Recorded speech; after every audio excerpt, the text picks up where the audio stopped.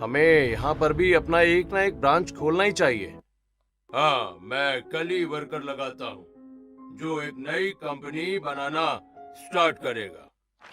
अब इसी तरह कुछ हफ्ते गुजरते हैं और धीरे धीरे सरस्वती अपने दोनों ही बेटों की शादी का फैसला कर लेती हैं। तुम दोनों ही ये तस्वीर देखो। इसमें सभी अमीर और पढ़ी लिखी लड़कियां हैं। तुम्हें कोई पसंद है तो कहो। अरे माँ, आप ही पसंद करिए मेरे लिए लड़की। मैं आपकी पसंद की लड़की से ही शादी करूंगा। दूसरी तरफ विराट के चेहरे पर एक अजीब सी घबराहट होती है।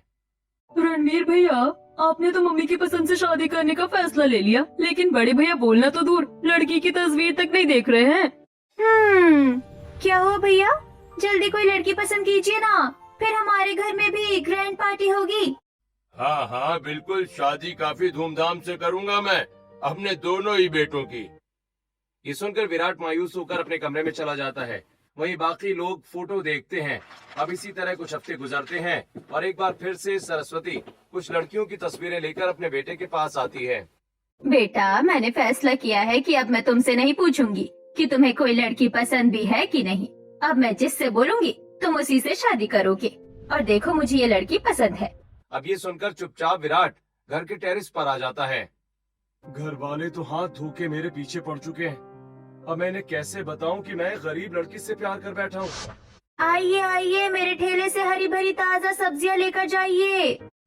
अब कुछ औरतें जानवी के पास आती हैं और सब्जियां छांटने लगती हैं कि इतने में एक बड़ी गाड़ी फुल स्पीड में जानवी के ठेले को ठोक देती है। आसपास खड़ी औरतें घबराकर वहां से भागने लगती हैं। वहीं जानवी का ठेला पलट जाता है और सारी सब्जियां सड़क पर बिखर जाती हैं। हे भगवान, सुबह से बोनी नहीं हुई थी और अब जब ग्राहक आए भी तो पता नहीं है किस अनजान शख्स ने अपनी गाड़ी से मेरे ठेले को पलट कर रख दिया। अरे बेटी, छोड़ना मत इस लड़के को। अरे इसके ऊपर तो बेटी तुम पुलिस कंप्लेंट करवाना। ये आजकल के अमीर बाप के बिगड़ैल बेटे अपनी गाड़ियों के आगे छोटे मोटे ठेले को कुछ समझते ही नहीं है। अब इतने में गाड़ी से वो अमीर लड़का बाहर आता है और जानवी के पास आकर उससे माफी मांगता है। मुझे माफ कर दीजिए, मुझसे सच में गलती हो गई। मैं कार में बैठकर गाने सुन रहा था, जिस वजह से मैंने आगे का रास्ता नहीं देखा और मैं सारी भरपाई करने के लिए तैयार हूँ। रहने दीजिए, मुझे आपसे कोई पैसे नहीं चाहिए। बस इतना कहूंगी कि अगली बार से अपने मनोरंजन के चक्कर में किसी गरीब का नुकसान मत करवाइएगा। अब इतना कहकर जानवी अपना ठेला उठाती है और बची सब्जियों को लेकर वहां से चली जाती है। वहीं निराश होकर विराट आसपास के लोगों से जानवी का नंबर लेता है और घर आकर फोन से ही जानवी को कुछ पैसे ट्रांसफर करता है और उसे फोन करता है।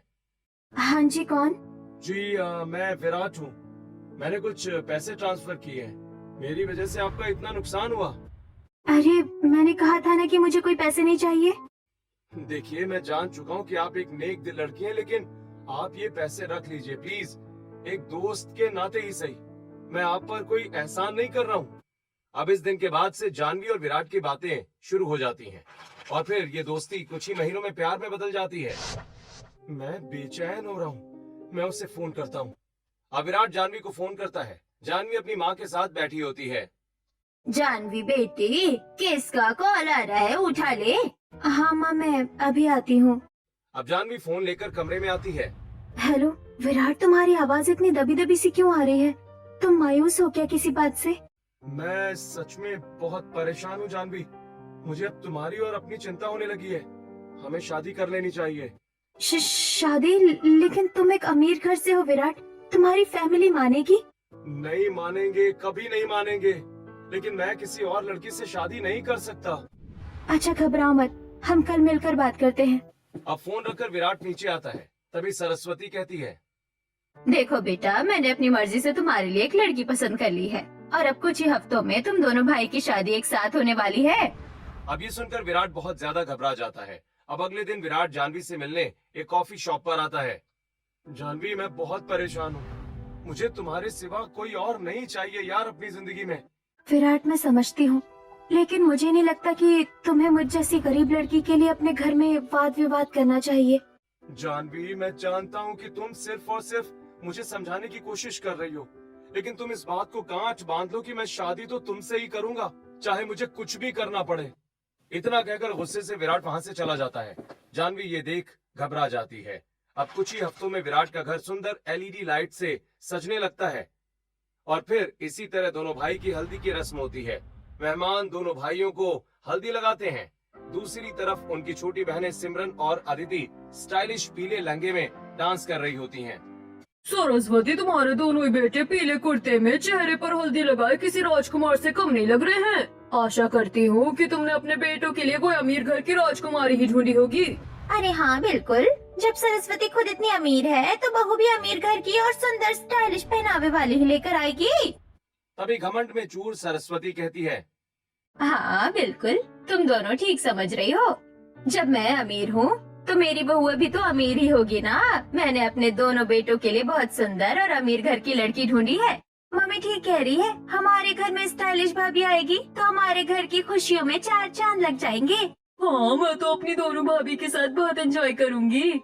ये सब सुनकर विराट अंदर ही अंदर घबरा रहा होता है। उसके चेहरे पर मायूसी होती है। अब इसी तरह शादी का दिन आ जाता है, जहां दोनों ही भाई शेरवानी पहनकर तैयार होते हैं। चारों तरफ मेहमान और मोहल्ले के लोग खड़े होते हैं।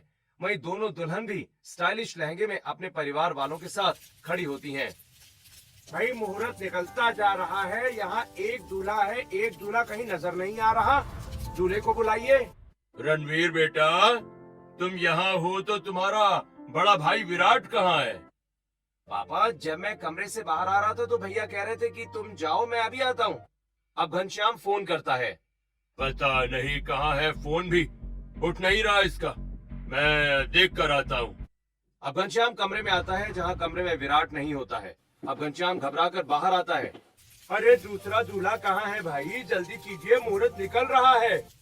पंडित जी, मेरा छोटा बेटा खड़ा है, आप मंत्र पढ़िए और इसकी शादी शुरू करिए।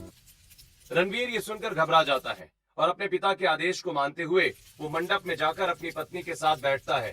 दूसरी तरफ विराट की होने वाली पत्नी मंडप के थोड़ी दूरी पर खड़ी होती है। हमें माफ कर दीजिए, आप लोगों को अपनी बेटी को यहाँ से लेकर जाना पड़ेगा। मेरा बेटा कमरे में नहीं है, ना ही फोन उठा रहा है। मुझे नहीं पता उसने ये कदम क्यों उठाया। उसने मुझे कुछ भी कभी भी कुछ नहीं बताया। क्या हमारा बड़ा बेटा कमरे में नहीं है? अब ये सुनकर लड़की वालों के पैरों तले जमीन निकल जाती है। वहीं मोहल्ले के लोग, बाप रे, उसका बड़ा बेटा अपनी होने वाली पत्नी को छोड़कर भाग गया।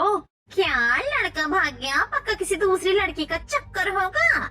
दूसरी तरफ लड़की के माता पिता, आप लोगों को शर्म नहीं आती? अरे आपके बेटे को शादी करनी थी या नहीं? क्या वो ये बात पहले नहीं बता सकता था?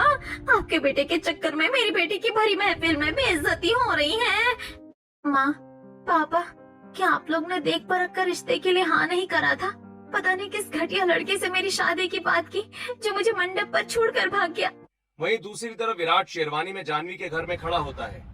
विराट, तुम यहाँ? तुम्हारी तो आज शादी थी ना? तुम यहाँ क्या कर रहे हो?